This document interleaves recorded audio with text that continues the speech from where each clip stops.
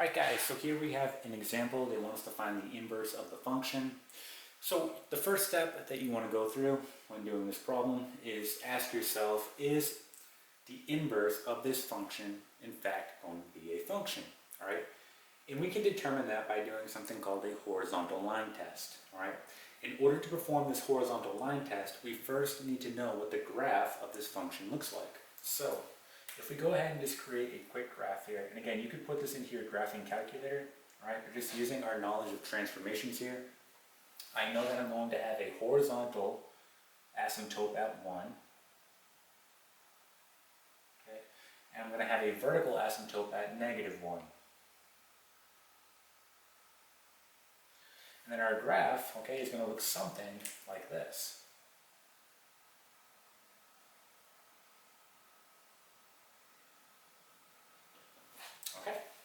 And now at this point, what you want to do is something called the horizontal line test, where you simply just draw a horizontal line, and if it hits only one point on the graph, well, that tells you that the inverse of this function is in fact going to be a function.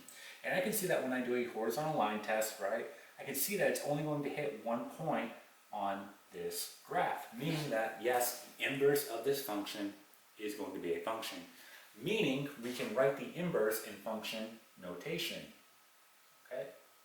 Now, let's work on getting the inverse. So, in order to do that, we have to replace the y with x and the x with y. Let's first rewrite this. We know that f of x is really just y, so we're going to write y equals 2 over x plus 1 and plus 1. Okay? Alright, so at this point, we can go ahead and find the inverse. So, we're just going to go ahead and rewrite this. Remember, we're going to replace the y with x and the x with y. So let's go ahead and do that. So now we're going to have x equals 2 over y plus 1 and plus 1.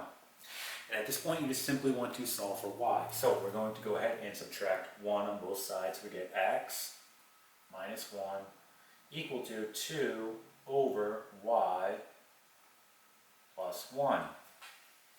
Okay, we want to go ahead now and multiply both sides by y plus 1. So doing that, we now get x minus 1 times y plus 1.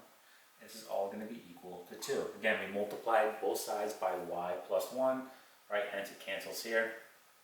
All right, and now we're just simply going to divide both sides by x minus 1. And then we get y plus 1 equals 2 over x minus 1.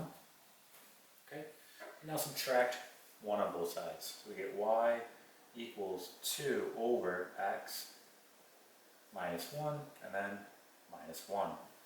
Okay, so we're ready to write our final answer here. Again, we're going to write it in function notation because we determined that the inverse of this function is in fact a function. So we can go ahead and write it in function notation. So that is how we're going to write our final answer. So let's go ahead and do that. So writing it in function notation, we have f inverse, right, is going to equal 2 over x minus 1 minus 1. Okay, and this here is going to be your final answer. All right, and that is it.